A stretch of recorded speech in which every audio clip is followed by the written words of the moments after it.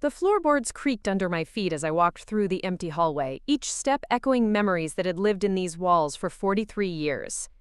I had scrubbed every inch of this house, painted every room twice, and planted every flower in the garden that now bloomed wild and untended.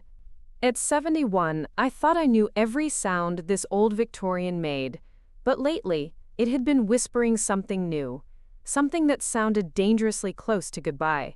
Before we jump back in, tell us where you're tuning in from, and if this story touches you, make sure you're subscribed, because tomorrow, I've saved something extra special for you. My name is Margaret Ruth Henderson, though everyone called me Maggie, and I had spent the better part of 7 decades believing that giving everything meant you would eventually receive something in return. Not material things, mind you, but love that stayed. Respect that lasted.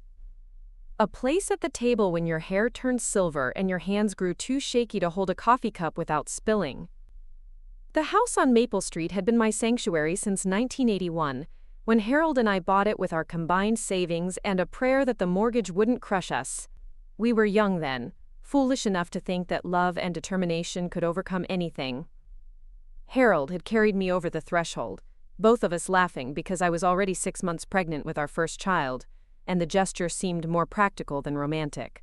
Those early years blurred together in a haze of sleepless nights, diaper changes, and the constant worry that we weren't doing enough, weren't good enough, weren't enough, period. But we were happy. Harold worked double shifts at the factory, and I took in sewing to help make ends meet. Every spare dollar went toward making the house a home, transforming 4 walls and a roof into something that felt like it belonged to us. The kitchen had been my kingdom. I cooked thousands of meals in that room, packed countless lunches, bandaged scraped knees at the old wooden table that Harold had built himself from oak planks he found at a demolition site. The living room had witnessed homework sessions, Christmas mornings, graduation celebrations, and quiet evenings. When Harold and I would sit together on the couch, he'd insisted on buying second-hand because we couldn't afford new. We raised 3 children in that house. Michael, our eldest, had been the responsible one, always cleaning up after his younger siblings and helping with chores without being asked. Sarah came next, a whirlwind of energy and opinions who challenged everything and everyone from the moment she learned to speak. Then there was David, our surprise baby who arrived 8 years later, gentle and artistic, always drawing pictures that covered every inch of the refrigerator. Harold had been gone for 12 years now, taken by a heart attack that came without warning on a Tuesday morning while he was reading the newspaper and drinking his coffee. I found him slumped over at the kitchen table, glasses askew, the sports section still folded in his hand. The paramedics said he hadn't suffered, that it had been quick, but I had suffered enough for both of us in the years that followed. The children had rallied around me then, taking turns checking in, calling every few days, making sure I wasn't drowning in grief or forgetting to eat. But grief has a way of teaching you about people's limits, and I learned that support has an expiration date. After the funeral flowers wilted and the casserole dishes were returned, life moved on for everyone except me. Michael had his own family to worry about. He'd married young to a woman named Jennifer who smiled with her mouth but not her eyes, and together they'd produced 2 children who visited their grandmother exactly twice a year. On Christmas and my birthday, and only then because Michael made them. Sarah had never married, dedicating herself to a career in real estate that took her to different cities every few years, always chasing the next big opportunity, the next commission check, the next chance to prove she was more than just someone's daughter. David had moved to California after art school, pursuing dreams that didn't pay bills but filled his heart. He called me every Sunday without fail, but phone calls couldn't fix a leaky faucet, or reach jars on high shelves, or provide the kind of companionship that comes from sharing the same space with someone who cares whether you're breathing. Over the years, I had learned to be alone without being lonely, to cook for one without feeling sorry for myself, to celebrate small victories like successfully programming the television remote, or managing to kill the wasps that had built a nest under the porch eaves. I had my routines, my small pleasures, my quiet contentments. But contentment, I discovered, was not the same as happiness, and happiness was not the same as purpose. The house that had once been filled with voices and laughter now echoed with silence, and the ticking of the grandfather clock Harold had inherited from his father. I found myself talking to that clock sometimes, asking it questions I already knew the answers to. The property taxes had been creeping up every year, along with the utilities and the maintenance costs that seemed to multiply like weeds after rain. The roof needed repairs that I couldn't afford. The furnace made sounds that worried me during the coldest months, and the garden that had once been my pride was slowly being reclaimed by nature because my arthritic hands could no longer grip the tools properly. I had been thinking about selling, maybe finding a small apartment closer to town, where I could walk to the grocery store and the library, somewhere with neighbors close enough to hear me call for help if I fell down the stairs or forgot to turn off the stove. But every time I looked at real estate listings, I felt like I was betraying Harold's memory, abandoning the place where we had built our life together. That's when Michael started calling more frequently, not to check on my health or ask how I was managing, but to discuss what he called practical matters and quote, long-term planning. He had a way of making these conversations sound caring while somehow making me feel like a burden who needed managing. Jennifer had been pregnant again, he'd told me during one of these calls, and they were outgrowing their current house. The rental market was brutal, mortgage rates were climbing, and they needed more space for the children.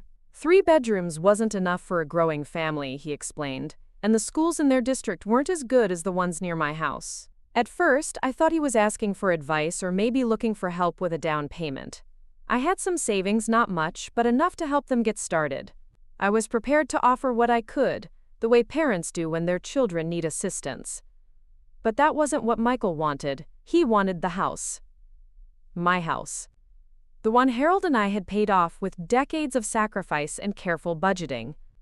The one where I had planned to live out my remaining years, surrounded by memories and the familiar comfort of walls that knew my secrets. The conversation had started innocuously enough. Michael had come by on a Saturday afternoon, bringing the children for what I thought was a regular visit. But Jennifer had stayed in the car, claiming she had errands to run, and the children had been unusually restless, as if they'd been told to behave but weren't sure why. We were sitting in the living room, the same room where I had taught him to tie his shoes and helped him with algebra homework, and listened to him practice his high school graduation speech. He was looking around with an appraising eye, the kind of look I'd seen Jennifer give to houses she was evaluating for clients. "Mom," he'd said, using the tone he employed when he was about to ask for something he wasn't sure he'd get. "Jennifer and I have been talking about the future, about what's best for everyone involved." I had nodded, waiting for him to continue, assuming he was going to tell me about a job opportunity or maybe announce that they were finally going to have the 3rd child they'd been talking about for years. "We've been looking at houses, trying to find something bigger, something in a better school district," he'd continued, his eyes moving from the crown molding Harold had installed himself to the hardwood floors we'd refinished 3 times over the years. "But everything in our price range needs so much work, and the good neighborhoods are just too expensive." I had made appropriate sympathetic sounds, the kind mothers make when their children are facing challenges. I'd been through the struggle of trying to afford a home, the sleepless nights spent calculating and recalculating budgets, the disappointment of looking at houses that were either too small or too expensive, or too far from decent schools. "The thing is," Michael had said, leaning forward in Harold's old recliner, "we started thinking about this place, about how much space you have, how good the schools are around here, how perfect it would be for raising kids."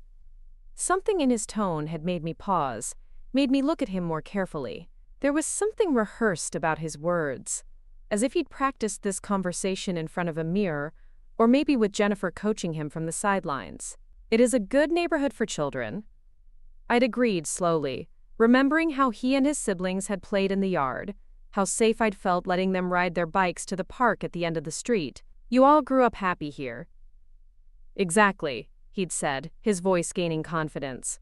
"And Mom, let's be honest, this house is getting to be too much for you. The stairs, the yard work, the maintenance. It's a lot for someone your age to handle alone." Someone your age. The phrase had stung more than he probably realized. As if being 71 meant I was automatically incapable, automatically ready to be shuffled off to somewhere smaller and less significant. "I manage just fine," I'd said, hearing the defensive edge in my own voice. "I know you do," he'd replied quickly. But wouldn't it be easier if you didn't have to? Wouldn't it be nice to not worry about property taxes and roof repairs and all the things that come with owning a big old house? He'd had an answer for everything, a solution that sounded reasonable and caring on the surface but felt wrong in ways I couldn't immediately articulate.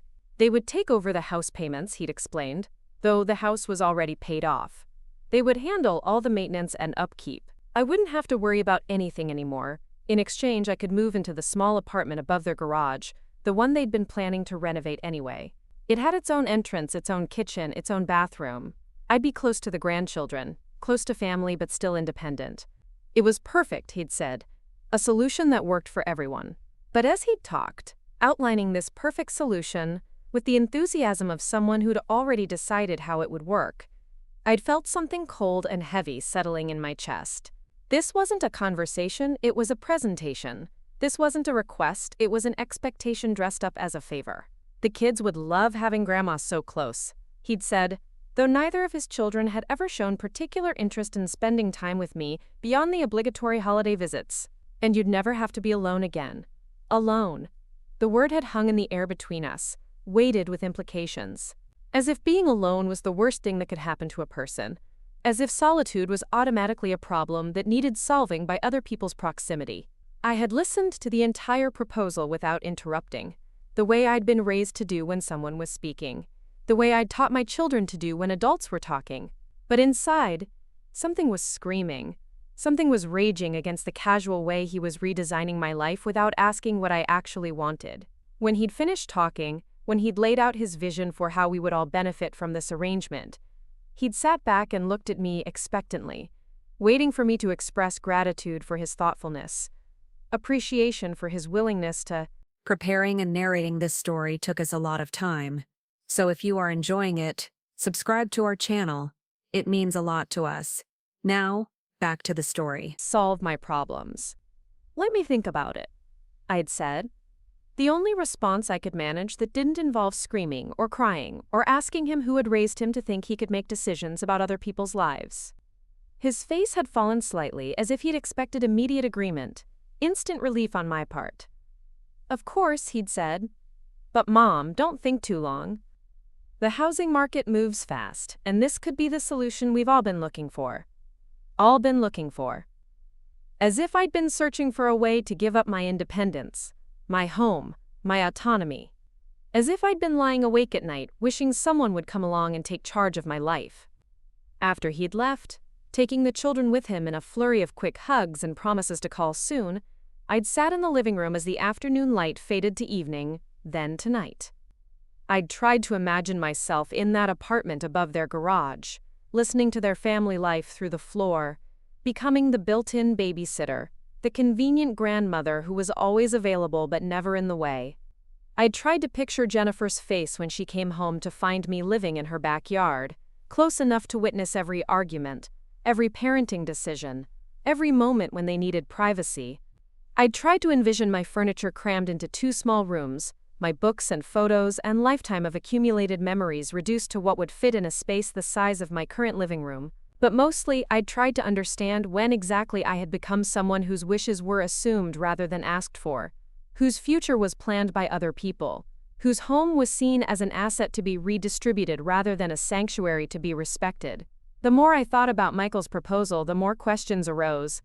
Questions he hadn't addressed, problems he hadn't considered, complications he'd glossed over with the confident assumption that everyone would simply fall in line with his vision. What would happen when his children became teenagers and wanted more privacy, more space, fewer grandmotherly observations about their comings and goings?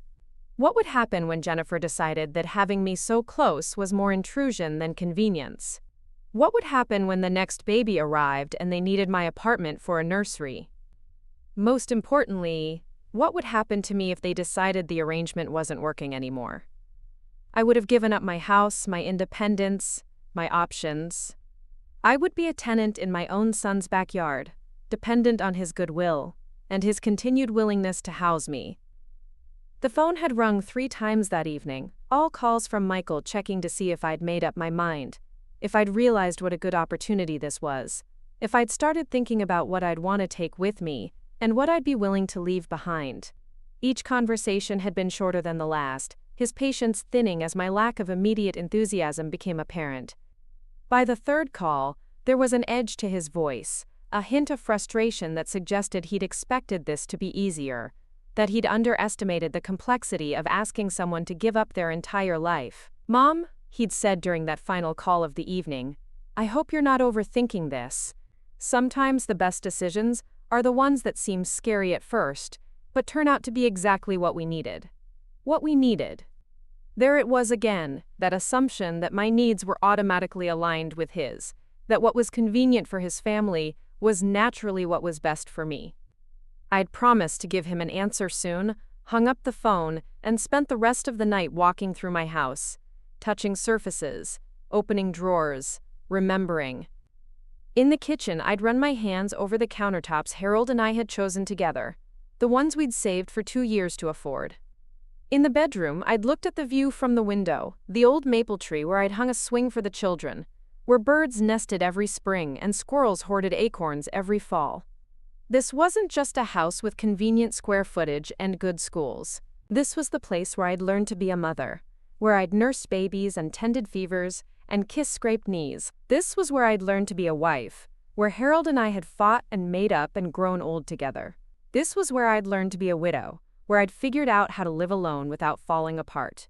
But it was also the place where I'd learned that children grow up and move away, where I'd discovered that the people you love don't always love you the way you need them to, where I'd realized that giving everything doesn't guarantee receiving anything in return. The next morning, Sarah had called, not to check on me or share news about her life, but to discuss what she called Mom's situation, as if I were a problem to be solved rather than a person making a decision. "Michael told me about his idea," she'd said without preamble, "and I think it's brilliant. Honestly, Mom, I've been worried about you rattling around in that big house all by yourself." Rattling around? Like I was a loose screw in a toolbox, something that needed to be tightened down or relocated to prevent damage. "Jennifer's been looking at the property values in your neighborhood," Sarah had continued, "and Mom, you're sitting on a gold mine. Do you have any idea what that house would sell for in today's market?" Of course she would approach it from a financial angle. Sarah had always seen everything in terms of profit and loss, investment and return. Even as a child, she'd been the one to calculate the exact value of her Halloween candy and negotiate trades with her brothers based on market principles she'd absorbed from watching Harold read the business section of the newspaper. "I'm not ready to sell," I'd said, though even as I spoke the words, I wondered if that was entirely true. The house was becoming a burden in ways I didn't like to admit, expenses I couldn't easily afford, maintenance I couldn't manage alone. "You don't have to sell," Sarah had replied, her voice taking on the patient tone she used with difficult clients. "That's the beauty of Michael's plan. You get to stay close to family, close to the house, but without all the responsibility. Without all the autonomy too, though she didn't mention that part." The conversation had continued for 20 minutes, Sarah outlining all the practical benefits of Michael's proposal, all the ways it made sense financially, logistically, emotionally. She'd had answers for every concern I raised, solutions for every problem I mentioned, reassurances for every fear I expressed. But what she hadn't offered was a single question about what I actually wanted, what I actually needed, what would actually make me happy. It was as if my preferences were irrelevant to the equation, as if the only thing that mattered was finding the most efficient way to manage the problem of an aging mother who owned valuable real estate. By the time I'd hung up the phone, I'd felt bulldozed, overwhelmed by their certainty, their conviction that they knew what was best for me better than I knew myself. They'd presented their plan as a gift, a kindness, a solution to problems I hadn't even realized I was supposed to have. But gifts, I'd learned over the years, sometimes come with strings attached. Kindness sometimes serves the giver more than the receiver. And solutions sometimes create more problems than they solve. David had called that evening from California, his voice warm and familiar across the 3,000 miles that separated us. Unlike his siblings, he'd asked how I was feeling, what I was thinking, whether I was okay with the pressure they were applying. "You know you don't have to do anything you don't want to do," he'd said, and the relief of hearing those words had brought tears to my eyes. "It's your house, your choice, your life. My life." When had that become such a revolutionary concept? But Mom, he'd continued gently, if you are thinking about making a change, maybe there are other options. Better options. Options that don't involve becoming a tenant in your own son's backyard. He'd been right, of course. There were other options, other possibilities, other ways to solve the practical problems of aging without sacrificing independence or dignity. But Michael and Jennifer and Sarah had presented their plan as if it were the only reasonable choice, the only caring solution, the only way forward that didn't involve selfish stubbornness on my part. The pressure had continued for weeks. Phone calls that started with casual conversation but always circled back to the house, the arrangement, the timeline. Visits that felt less like family time and more like negotiations. Conversations with Jennifer that began with asking about my health, but quickly moved to discussing paint colors and furniture arrangements for the apartment they'd decided I would occupy. They'd stopped asking if I wanted to make the change and started asking when I would be ready to make it. The assumption had shifted from whether to when, from if to how soon, from my choice to their schedule. Michael had brought contractors to look at the garage apartment without asking my permission first. Jennifer had started talking about which of my belongings would work in the smaller space and which would need to be donated or sold.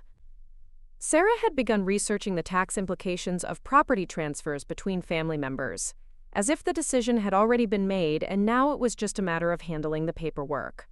I'd felt like I was watching my life being reorganized by committee, my future planned by people who thought they understood my needs better than I did. They'd been so confident, so certain, so convinced of their own generosity, that they'd never stopped to consider whether their solution was actually what I wanted or just what was most convenient for them. The breaking point had come on a Tuesday afternoon in October, when Jennifer had arrived unannounced with measuring tape and paint samples.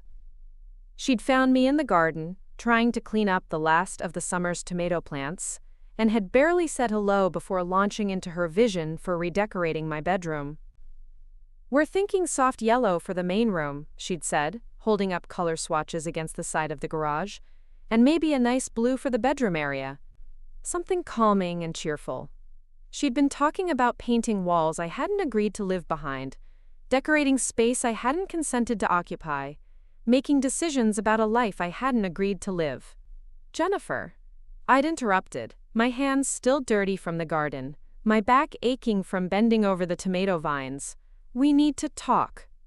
But she'd kept talking about paint and furniture and window treatments, as if my input were unnecessary, as if she were planning a surprise party rather than reorganizing someone else's existence. She'd measured windows and door frames and corners where she thought my chair would fit, all while chattering about how convenient everything would be, how cozy, how perfect. It had been the word perfect that finally broke something in me. This arrangement that would leave me with a bedroom and a kitchenette and a view of their backyard, this solution that would make me a permanent houseguest in my own family, this plan that would turn me into a built-in babysitter and occasional caretaker, was perfect for everyone except the person who would have to live it.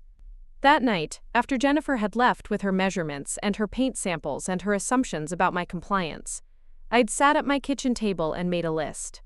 Not a list of pros and cons. Not a list of practical considerations, but a list of questions I should have asked weeks ago. Who was going to pay the utilities for the apartment? Who would be responsible for maintenance and repairs? What would happen if I wanted to have friends over, or needed medical equipment, or decided I wanted a pet for company? What would happen if Michael and Jennifer got divorced, or if they decided to sell the house, or if they simply changed their minds about wanting an elderly relative living in their backyard? Most importantly, what would happen to me if I gave up my house, my independence, my options, and then discovered that their perfect solution was perfect for everyone except me? The more questions I asked myself, the more I realized that their plan wasn't really about taking care of me. It was about taking care of a problem, and the problem was that I owned something they wanted and lived somewhere they needed, and represented a complication they wanted to simplify. They loved me, I was sure of that.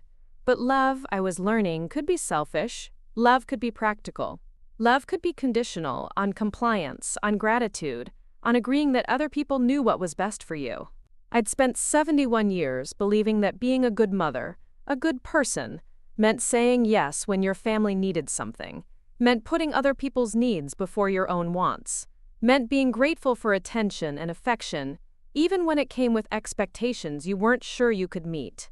But sitting in my kitchen that night, surrounded by 43 years of memories and independence and choices I'd made for myself, I'd realized that maybe being a good person also meant knowing when to say no. The phone rang at 7:30 the next morning, earlier than Michael usually called, and I knew before I answered that the conversation would not begin with asking about my health or the weather.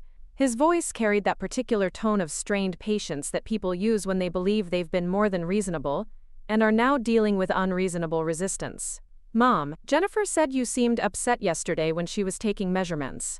He began without greeting, launching directly into what felt like an interrogation disguised as concern. "She was just trying to help, trying to make sure everything would be comfortable for you." Comfortable for me. The phrase had lost all meaning through repetition, becoming a hollow justification for decisions I'd never been asked to make. I stood in my kitchen, looking out at the maple tree Harold had planted the year David was born, watching squirrels prepare for winter with more autonomy than my family apparently believed I possessed. "I wasn't upset with Jennifer," I said carefully, measuring my words the way I'd learned to do when conversations felt like negotiations. "But Michael, I haven't agreed to anything yet. We've talked about possibilities, but nothing has been decided." The silence that followed lasted long enough for me to hear the refrigerator cycle on and a car door slam somewhere down the street. When he spoke again, his voice had shifted from strained patience to barely concealed frustration. "Mom, what exactly are you waiting for? We've thought through every detail, solved every problem you might have. The apartment will be completely renovated, you'll be close to family, you won't have any of the stress of maintaining this big house. What more do you need to know?" What more did I need to know?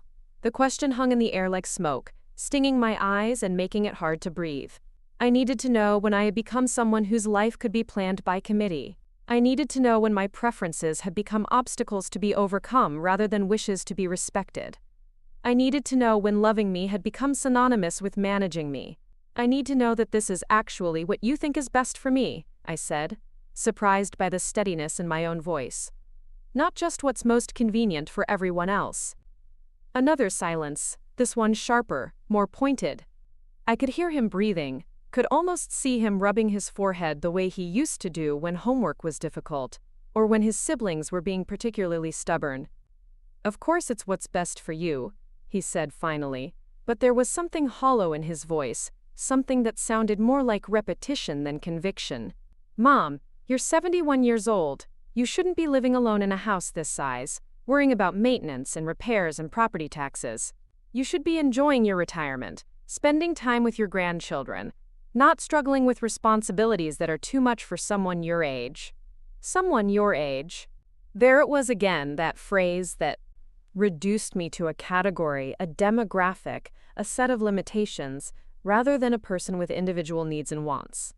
As if turning 71 had automatically erased my capacity for decision-making, my right to choose how and where to live my remaining years. "What if I don't want to give up those responsibilities?" I asked, though even as I spoke, I wasn't entirely sure that was true. The house was becoming more challenging to maintain, the expenses were stretching my fixed income, and the loneliness some evenings was so thick I could almost touch it. "Then you're being stubborn," he said, and for a moment his voice sounded exactly like it had when he was 12 years old and angry about not getting his way. "Mom, we're trying to help you. We're offering you a solution that works for everyone, and you're acting like we're trying to hurt you." The accusation stung, because there was a grain of truth in it. They were trying to help in their way, according to their understanding of what help should look like. But help that came with conditions. Help that required giving up autonomy. Help that benefited the helper as much as the person being helped. Was that really help at all? "I'm not acting like anything," I said, feeling heat rise in my chest. "I'm trying to make a decision about my own life, and I'm being told that taking time to think is stubborn and unreasonable." "Taking time to think is fine," Michael replied, his voice growing tighter. "But Mom, you've had weeks to think." At some point, thinking becomes an excuse for avoiding reality. Reality. His reality, where I was a problem to be solved, where my house was an asset to be redistributed, where my future was a puzzle piece that needed to fit into their picture whether I liked the final image or not. We ended the call without resolution, both of us frustrated and neither of us truly heard. I stood in my kitchen afterward, holding the phone and looking around at the space that had been mine for so long I couldn't remember what it felt like to live anywhere else. The morning light was slanting through the windows Harold had insisted on enlarging when we first moved in, illuminating dust motes that danced in the air like tiny spirits. This kitchen had seen thousands of conversations, millions of words spoken over coffee and meals and late-night worries. But none of those conversations had felt quite like this one, where love felt like pressure and family felt like obligation. I made myself breakfast, scrambled eggs and toast, and ate it standing at the counter while I thought about Michael's words. Was I being stubborn? Was I avoiding reality? Was I clinging to something that no longer served me out of nostalgia and fear of change? The question circled in my mind like water down a drain, each revolution pulling me closer to doubts I didn't want to examine too closely. Maybe they were right. Maybe I was being foolish, trying to maintain independence I could no longer afford, both financially and physically. Maybe the smart thing, the practical thing, the loving thing, was to accept their offer and be grateful for family who cared enough to include me in their plans. But every time I tried to convince myself of the reasonableness of their proposal, I kept coming back to the same uncomfortable truth. No one had asked me what I wanted. They had assessed my needs, evaluated my circumstances, and decided on my behalf what would be best. The entire conversation had been framed around their solution to my problems, as if my problems were theirs to solve, and my solutions were theirs to choose. 3 days later, Sarah arrived unannounced, something she never did when she was in town for work.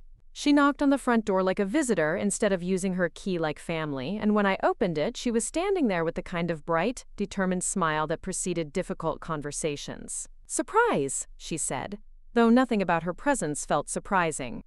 "I had a client meeting fall through, so I thought I'd stop by and see how my favorite mother is doing." Favorite mother. As if I had competition for the position. As if affection were a ranking system where I needed to maintain my standing through compliance and gratitude. She hugged me briefly, the kind of hug that serves as a greeting, rather than an expression of genuine affection, and followed me into the living room. But instead of sitting down, she walked to the windows, looking out at the yard with the appraising eye of someone calculating square footage and market value. "This really is a beautiful property," she said, running her fingers along the windowsill. "The bones of this house are incredible. Someone is going to be very lucky to live here." Someone. Not me, apparently. In her mind, the question of whether I would continue living here had already been settled. We were just working out the timing and logistics. "Sarah," I said, settling into my usual chair, "I wish everyone would stop talking about this house like it's already sold, like decisions have been made that I wasn't consulted about." She turned from the window with that patient expression she used with clients who were being unreasonable about pricing or market conditions. "Mom, nobody's making decisions for you. We're just trying to help you see all your options clearly." All my options. But in 3 weeks of conversations, only one option had been presented, discussed, measured, and planned. The option where I gave up my house and moved into their garage apartment. No one had mentioned other possibilities, alternative solutions, different ways to address whatever problems they believed needed solving. "What if I don't want to move?" I asked directly, tired of dancing around the central question that everyone seemed determined to avoid asking. Sarah sat down across from me, leaning forward with her elbows on her knees in a pose I recognized from her sales presentations. "Mom, of course you don't want to move. Nobody wants to leave a place they love. But sometimes we have to do things we don't want to do because they're the right things to do." The right things to do. According to whom? By what measure? For whose benefit? "What if staying here is the right thing for me to do?" I asked, though I could hear the uncertainty in my own voice. The doubt that had been planted by weeks of being told I was making poor choices, avoiding reality, clinging to something that no longer served me. "Mom," Sarah said, her voice taking on the gentle but firm tone reserved for people who needed to be guided toward the obvious conclusion. Let's be honest about what staying here would mean. You'd be alone in a house that's too big for you, dealing with maintenance you can't handle, spending money you don't have on property taxes and utilities. And for what? So you can be stubborn? So you can prove a point? Stubborn again. The accusation that dismissed my hesitation as irrationality, my caution as weakness, my desire to make my own choices as selfishness. Maybe I'm not being stubborn, I said, feeling something sharp and unfamiliar rising in my chest. Maybe I'm being careful. Maybe I'm trying to think through all the implications of a decision that everyone else seems to have made for me. What implications? Sarah asked, genuine confusion in her voice. Mom, we've thought through everything. Michael and Jennifer have thought through everything. You'd have your own space, your own independence, but with family close by. You'd never have to worry about anything going wrong because they'd be right there. It's perfect. Perfect again. That word that erased all complications, all concerns, all individual preferences that didn't align with their collective vision. What happens if Michael and Jennifer decide they need that space for something else? I asked. What happens if they get divorced, or move, or simply change their minds about having me in their backyard? What happens if I hate living there but I've already given up my house? Sarah waved her hand dismissively, the gesture she used when clients raised objections she considered unrealistic. Mom, you're borrowing trouble. Michael isn't going to kick you out. They're not going to get divorced. You're creating problems that don't exist. But problems that didn't exist yet could become problems that did exist. And once I'd given up my house, my independence, my options, I would have no recourse if their perfect solution became my personal disaster. The conversation continued for another hour, covering the same ground we'd covered multiple times, with Sarah presenting the same arguments and me raising the same concerns. But by the end, I noticed something different in her approach. The gentle persuasion had hardened into something more insistent, more demanding. Mom, she said as she was preparing to leave, I hope you're not going to drag this out much longer. Michael and Jennifer need to know so they can make their own plans. It's not fair to keep them waiting while you decide whether or not to accept help from people who love you. Not fair to them. The people who would be getting my house, my property, my lifetime of investment, in exchange for a garage apartment, and the privilege of being close enough to provide childcare when needed. Not fair that I was taking time to consider whether their generous offer was actually generous or simply convenient for everyone except me. That evening, I called David in California, needing to hear the voice of someone who wasn't invested in the outcome of my decision, someone who hadn't already decided what was best for me. How are you holding up? He asked, and the simple question, asked with genuine concern rather than frustrated impatience, brought tears to my eyes. I don't know, I admitted. Everyone keeps telling me, this is the right thing to do, the smart thing, the only reasonable choice. But David, something about it feels wrong, and I can't figure out if that's because it actually is wrong, or because I'm just scared of change. What feels wrong about it? He asked, not trying to convince me one way or the other, just asking for my honest assessment. Everything, I said, surprised by the vehemence in my own voice. The way they've assumed I'll say yes. The way they've made plans without asking what I want. The way they talk about it like they're doing me a favor when really they're solving their own problem. The way they act like I'm being difficult for wanting to think it through. Have you told them any of this? I've tried, I said. But every concern I raise gets dismissed as stubbornness or fear or inability to see the big picture. I feel like I'm in a conversation where only one outcome is acceptable, and if I don't agree to it, I'm being selfish and unreasonable. David was quiet for a long moment, and I could hear the distant sound of traffic through his window, the normal sounds of a life being lived 3,000 miles away from this particular family drama. Mom, he said finally, what do you actually want? Not what's practical, not what makes sense financially, not what would make everyone else happy. What do you want? The question hit me like a physical blow, not because it was harsh, but because it was so unexpected. When was the last time someone had asked me what I wanted? When was the last time my own desires had been part of the equation? I want to stay here, I said, the words coming out in a rush as if they'd been waiting behind a dam that had suddenly burst.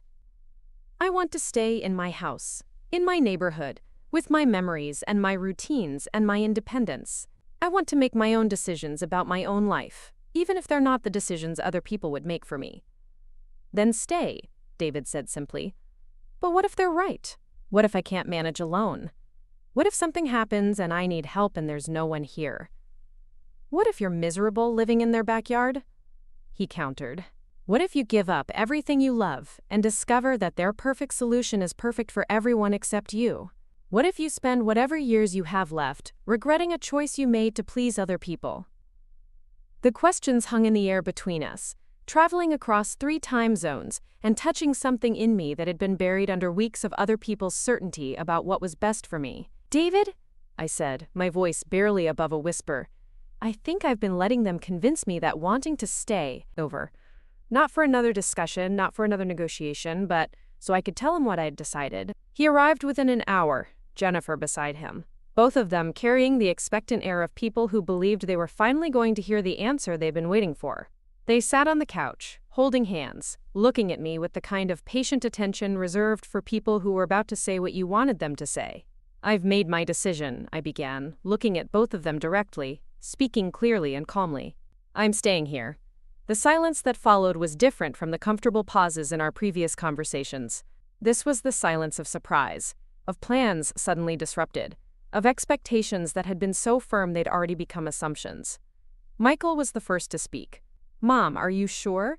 We've talked about all the reasons why that might not be the best choice. You've talked about all the reasons, I corrected gently. I've listened, and I've decided that those reasons aren't more important to me than staying in my own home. Jennifer leaned forward, her real estate training evident in the way she prepared to address objections. Mrs. Henderson, I think maybe you haven't fully considered the financial implications. The property taxes alone are going to keep increasing, and maintenance on a house this age can be unpredictable and expensive. Mrs. Henderson, even in my own living room discussing my own house, I had become formal, a client to be managed rather than family to be consulted. I understand the financial implications, I said, though I could see from their faces that they didn't believe me. I've lived in this house for 43 years. I understand what it costs and what it requires. But Mom, Michael said, his voice taking on the patient tone reserved for people who weren't thinking clearly. Understanding the costs and being able to afford them are 2 different things. We're trying to help you avoid a situation where your house poor, where you're struggling to maintain something that's become a burden instead of a blessing. A burden instead of a blessing. When had my home become something negative in their eyes, something that weighed me down rather than anchored me? What if I'm willing to accept that struggle? I asked. What if I'd rather struggle in my own house than be comfortable in your garage? The question hung in the air like a challenge, and I could see them exchange a look that said more than words. This wasn't going according to their script. I was supposed to be grateful, relieved, ready to hand over responsibility to people who were younger and supposedly wiser. Mom, Jennifer said, her voice carefully controlled, I don't think you mean that the way it sounded. We're not talking about a garage. We're talking about a beautiful apartment, completely renovated, with everything you could possibly need. Everything I could possibly need except the right to make my own decisions about where and how to live, I replied, surprised by the steel in my own voice. Michael rubbed his forehead, the gesture I remembered from his childhood when problems weren't solving themselves the way he expected. You're making this more complicated than it needs to be. We're offering you a solution that benefits everyone. I don't want a solution that benefits everyone, I said, the words coming from a place I hadn't known existed inside me. I want a solution that makes me happy, even if it inconveniences other people. The admission shocked me as much as it shocked them. For 71 years, I'd prioritized other people's comfort over my own satisfaction, other people's needs over my own wants. I'd been proud of that selflessness, had raised my children to believe that good people sacrificed for others, that family meant putting the group ahead of the individual. But somewhere in the past few weeks, I'd started to understand that there was a difference between generous sacrifice and enforced surrender. There was a difference between choosing to help others and being expected to disappear so others could be more comfortable. You're not. Here is selfish. But maybe giving up what I want just to make them comfortable is selfish too. Maybe, he agreed. Or maybe it's just complicated, and complicated decisions deserve more than 20 minutes of consideration and a vote by committee. After we hung up, I walked through my house with different eyes, not seeing the problems that needed solving or the responsibilities that were becoming burdensome, but seeing the life I had built, the space that reflected my choices and my history and my right to determine my own future. In the bedroom, I looked at the wedding photo on Harold's nightstand, the two of us impossibly young and convinced that love and determination could overcome any obstacle. We'd been wrong about some things, right about others, but we'd made our decisions together, as partners, with mutual respect for each other's dreams and fears. In the kitchen, I touched the table where we'd made countless plans, solved countless problems, shared countless meals. This table had witnessed homework sessions and family meetings and quiet conversations that shaped the trajectory of our lives. It had never witnessed anyone telling Harold or me what we should want, what we should choose, what would be best for us. In the living room, I sat in Harold's chair and looked around at the bookshelves he'd built, the walls we'd painted together, the windows he'd enlarged to let in more light. Every surface held memories. Every corner reflected decisions we'd made about how we wanted to live. This house wasn't just an asset to be redistributed or a responsibility to be managed. It was the physical embodiment of a life I'd chosen, a partnership I'd honored, a set of values I'd lived by. Giving it up wouldn't just mean changing my address. It would mean abandoning the last tangible connection to the person I'd been when I had agency, when I had choices, when I had a voice in determining my own future. The realization came slowly, like dawn breaking after a long night. I wasn't being stubborn or unreasonable or selfish. I was being myself. The same person who'd left my father's house at 20 to go to college despite his objections, who'd married Harold despite my mother's concerns, who'd raised 3 children with confidence and determination. Somewhere along the way, I'd started believing that aging meant surrendering decision-making authority to younger people who supposedly knew better. I'd accepted that being a good mother meant prioritizing my children's needs over my own wants, even when my children were adults perfectly capable of solving their own problems. But being a good mother didn't require being a weak woman. Loving my family didn't require sacrificing my autonomy. Growing older didn't automatically mean growing less capable of determining what would make me happy. The next morning, I woke up with a clarity I hadn't felt in weeks. I made my coffee, ate my breakfast, and sat at the kitchen table to make a different kind of list. Not pros and cons, not practical considerations, but a list of what I actually wanted for whatever years I had left. I wanted to wake up in my own bedroom, looking out at the maple tree Harold had planted. I wanted to make my own schedule, eat my own food, choose my own television programs, without considering anyone else's preferences. I wanted to have friends over without asking permission, to stay up late reading without worrying about disturbing anyone, to leave dishes in the sink overnight if I felt like it. I wanted to maintain the garden Harold and I had designed together, even if it meant hiring help for the heavy work. I wanted to continue hosting the neighborhood book club in my living room, even if some months I was the only one who showed up. I wanted to keep the bird feeder filled and watch the seasons change from windows I'd looked through for 43 years.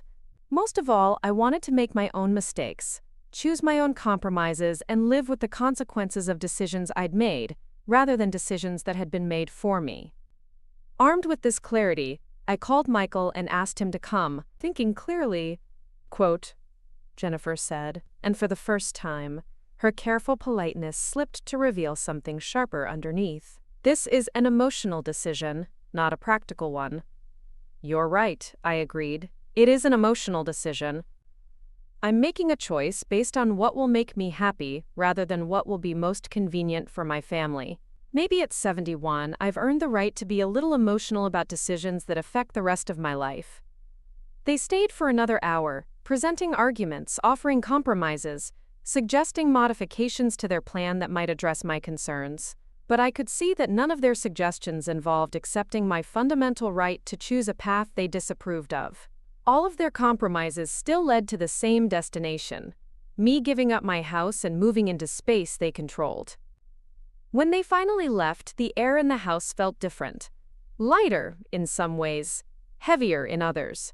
I had drawn a line, established a boundary, claimed authority over my own life in a way I hadn't done since I was young, and certain that my choices mattered. But I also knew that the conversation was far from over, that my refusal to comply with their plan would not be accepted gracefully. I had disrupted their solution to what they saw as my problem, and people who are convinced they know what's best for you rarely give up easily when you refuse their help. The phone calls started that evening and continued for days, not just from Michael and Jennifer, but from Sarah, from cousins I hadn't heard from in months, from family friends who had somehow heard about my situation and wanted to share their opinions about what I should do. Each conversation followed the same pattern. Concern for my well-being, discussion of the practical challenges I would face living alone, gentle pressure to reconsider a generous offer from family who loved me. No one was openly critical. No one was deliberately unkind. But the message was clear. I was making a mistake, and everyone who cared about me could see it except me. The pressure was subtle but relentless, like water wearing away stone. Every day brought new reasons why I should reconsider, new concerns about my ability to manage alone, new reminders of how much easier life would be if I would just accept help from people who wanted to take care of me. But the more pressure I felt, the more certain I became that I was making the right choice for the wrong reasons in everyone else's opinion, but the right choice nonetheless. I was choosing myself, choosing my own comfort and happiness over other people's convenience and peace of mind. It was a revolutionary act for someone who had spent her entire life believing that good people, especially good mothers, put others first. But maybe being a good person also meant knowing when to put yourself first, when to value your own needs as much as you valued everyone else's. 3 weeks after my declaration of independence, I received a visit that changed everything. The visitor was Jennifer, but she wasn't alone. She brought her mother-in-law, a woman I'd met perhaps 3 times in all the years Michael had been married. Patricia Morrison was a small, sharp-eyed woman who carried herself with the authority of someone accustomed to having her opinions heard and followed. They arrived on a Thursday afternoon without calling first, and I watched from my kitchen window as they walked up the front path together, Jennifer gesturing animatedly, while Patricia nodded with the grave expression of someone conducting important business. When I opened the door, Patricia spoke first. "Margaret, we need to have a frank conversation about this situation you've created. A situation I'd created, not a decision I'd made, not a choice I was entitled to, but a problem I'd caused by refusing to comply with other people's plans." I invited them in, offered coffee, tried to maintain the courtesies that had been drilled into me since childhood. But Patricia waved away politeness with the impatience of someone who had more important matters to address. "Jennifer has explained everything to me," she began, settling into Harold's chair without asking, claiming the most comfortable seat in the room as if it were her right. "And frankly, Margaret, I'm shocked that you would be so selfish." The word hit me like a slap. Selfish. For wanting to stay in my own house. For making decisions about my own life. For prioritizing my own happiness over other people's convenience. "I think there's been a misunderstanding," I said carefully, though I could already see from their faces that there had been no misunderstanding at all. They understood my position perfectly. They simply disagreed with my right to hold it. "There's no misunderstanding," Patricia continued, her voice taking on the lecturing tone of someone who had decided she was speaking to a child. "Michael and Jennifer have been more than generous, offering you a beautiful place to live, taking care of all your worries, keeping you close to family, and you're throwing it back in their faces because of what? Pride? Stubbornness?" Jennifer sat beside her, nodding along, occasionally adding supportive murmurs that suggested this confrontation had been planned, rehearsed, coordinated between them. "They need this house, Margaret," Patricia said, gesturing around my living room as if it were already theirs. "They have growing children, they need good schools, they need space.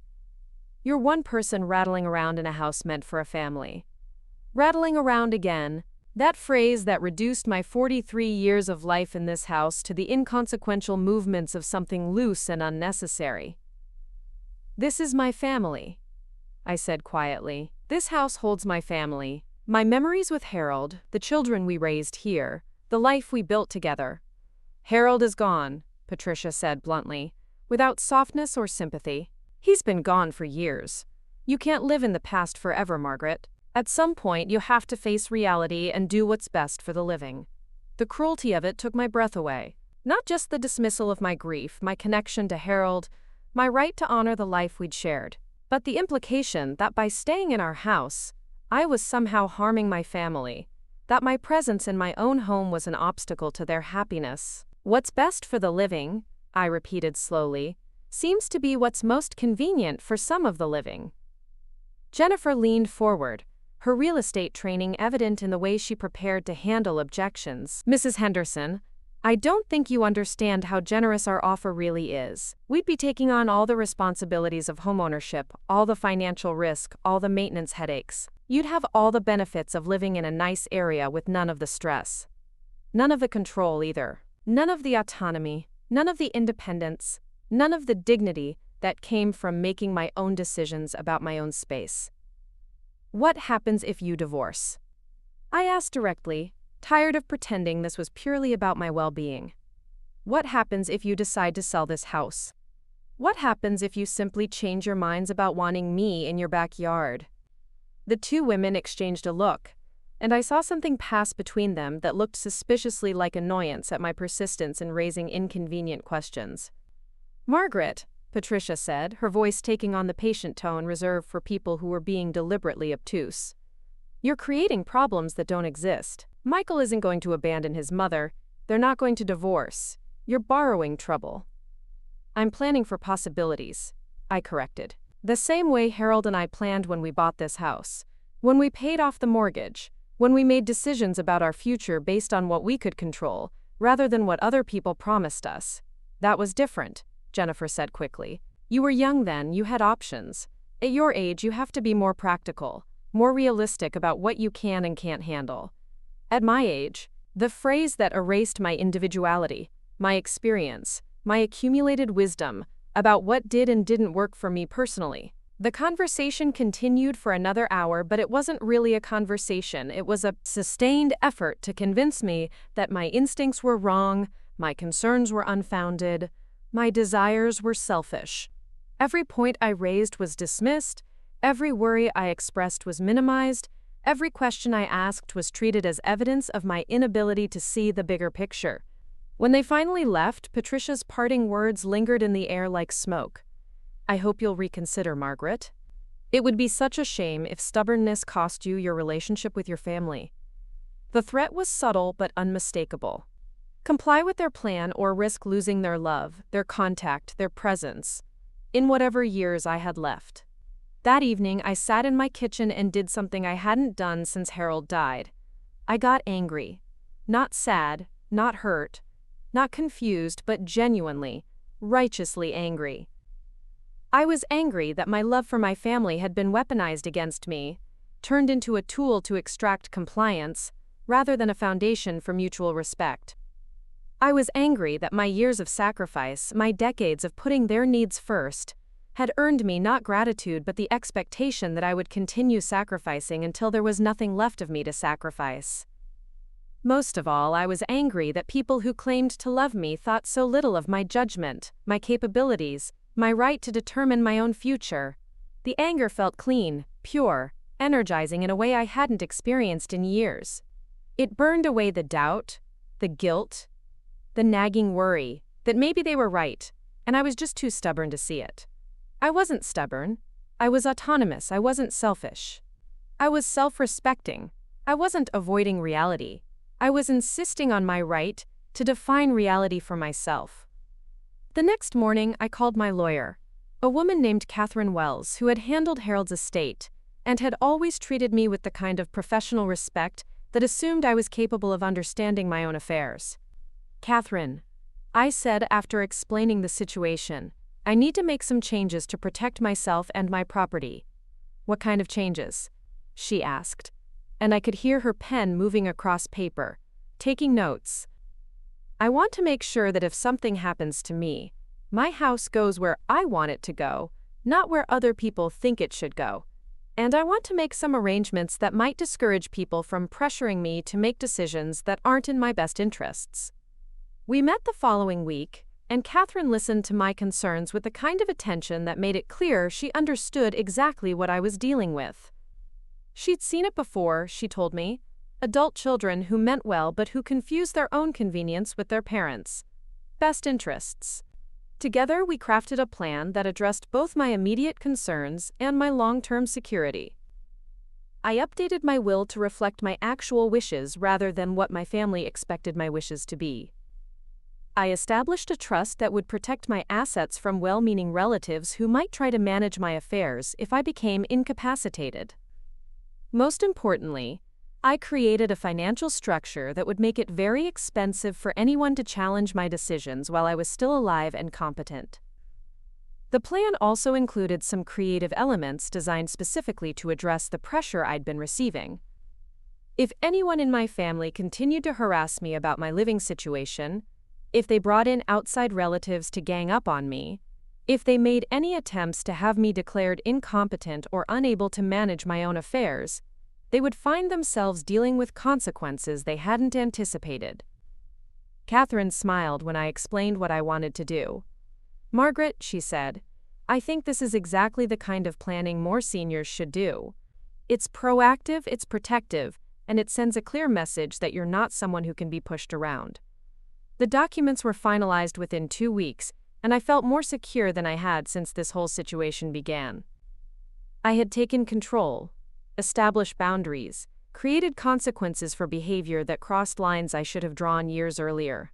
But the real test came when Michael called to inform me that they'd made an offer on another house, contingent on my agreement to their original plan. "Mom," he said, his voice carrying a mix of excitement and pressure, "we found the perfect place, but we need to know you're still planning to work with us. The seller wants a quick closing, and we need to coordinate everything with the renovations to your apartment." My apartment, still talking as if my compliance was inevitable, as if my refusal had been a temporary delay rather than a final decision. "Michael," I said calmly, "I told you weeks ago that I'm staying here. My answer hasn't changed." The silence that followed was longer than usual, heavier with implications. "Mom, you can't be serious. We've made plans based on your cooperation. Jennifer's already started ordering fixtures for your space." "Then you made plans without confirming my participation," I replied. "And Jennifer ordered fixtures for a space I never agreed to occupy." "This is ridiculous," he said, and for the first time his careful patience cracked to reveal genuine frustration. "We're trying to help you, and you're acting like we're the enemy." "You're trying to help yourselves," I said, the words coming from that clean, pure place of anger that had clarified everything for me. "You want my house, and you've dressed up taking it as doing me a favor."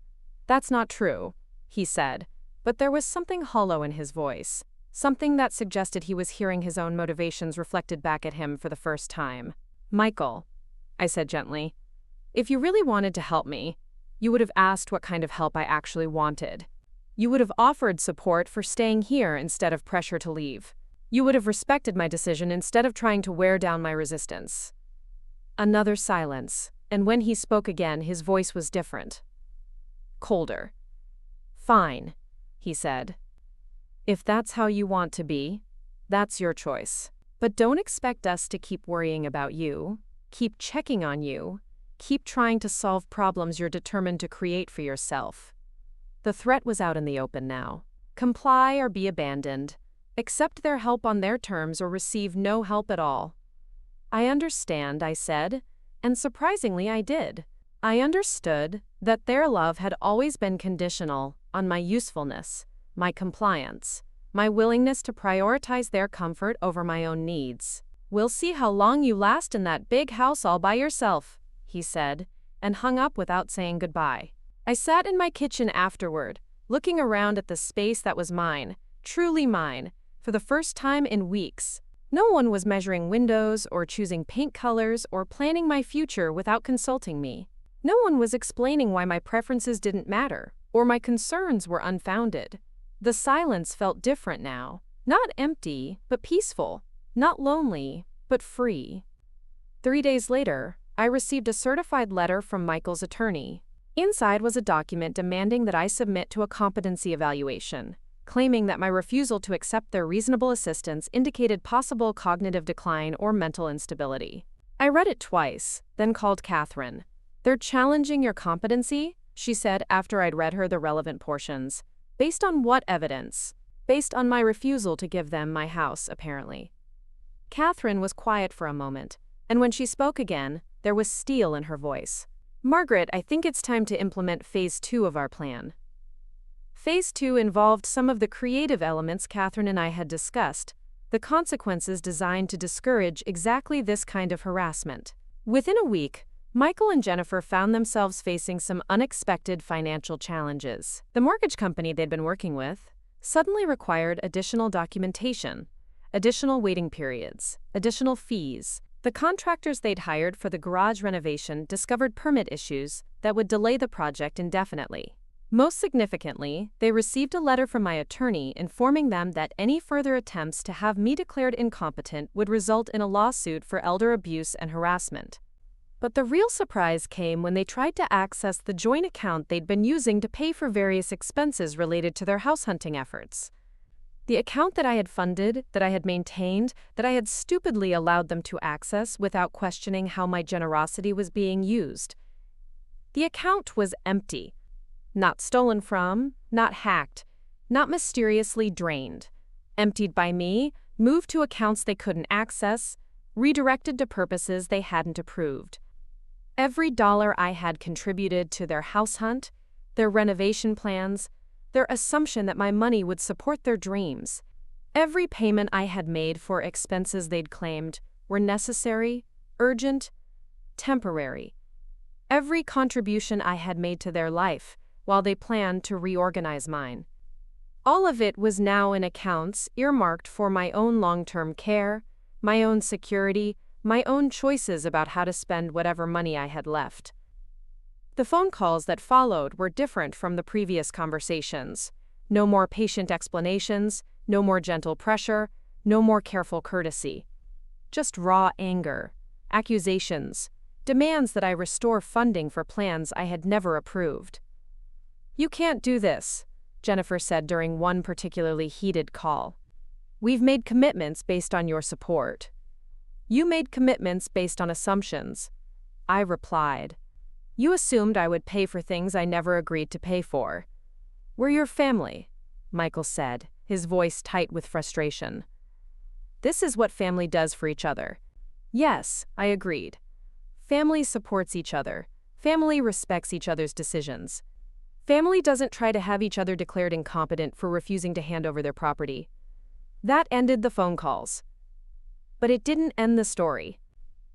6 months later, I was still in my house, still making my own decisions, still living independently, despite everyone's predictions of disaster. I had hired help for the heavy maintenance, joined a senior center for social connection, and established routines that worked for me rather than for other people.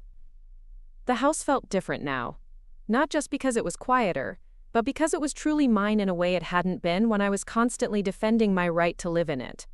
Michael and Jennifer bought a different house, one they could afford without my assistance. Sarah continued her real estate career, occasionally calling to check on my situation, but no longer offering advice about what I should do with my life. David visited twice, both times remarking on how happy I seemed, how confident, how much more like myself than he'd seen me in years. The grandchildren missed a few birthday parties, a few Christmas mornings, a few opportunities to build relationships with someone who had loved them unconditionally. But they were young, and they would learn eventually that love doesn't require surrendering your dignity, that family doesn't mean automatic compliance with other people's plans. One evening in late spring, as I sat on my front porch watching the sunset paint the sky in shades of pink and gold, I realized that I had learned something important about myself. I was stronger than I had known, more resilient than anyone had given me credit for, more capable of independence than my family had believed. But more than that, I had learned that sometimes the most loving thing you can do is refuse to be loved on other people's terms. Sometimes the most generous thing you can do is keep your generosity for people who appreciate it, rather than people who expect it. Sometimes the most family-oriented thing you can do is insist that family relationships be based on mutual respect, rather than one-sided sacrifice. I still lived alone, but I was no longer lonely. I had found something I hadn't even known I was missing: the simple pleasure of living a life that belonged entirely to me. Up next, you've got 2 more standout stories right on your screen. If this one hit the mark, you won't want to pass these up. Just click and check them out.